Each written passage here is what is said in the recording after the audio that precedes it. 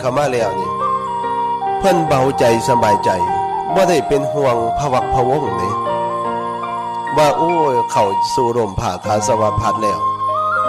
เป็นสิ่งที่ประทับจิตประทับใจเลยว่าห่วงกะเศร้าห่วงเพราะว่าบ่ได้ไปใส่มาใส่บ่ได้ขี่รถไปหันไปนี่สิเกิดพะวักพะวง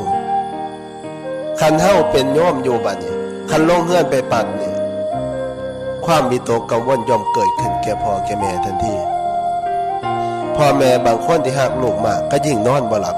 คันลูกบ่กลับมาก็ต้องเป็นห่วงอยู่อย่างสั่นว่าซั่นเถอะคันขี่รถไปปุ๊บลูกเฮาคันลูกผู้ใดบ่กินเหล้าเมายาก็สิมีความทุกข์อีกแบบหนึ่ง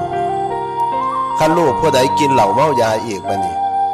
ยิ่งเพิ่มความทุกข์อย่างมหาศาลเกิดขึ้นในจิตใจของพ่อของแม่คันลูกผู้ใดดีๆจังซี่เพิ่นก็มีความทุกข์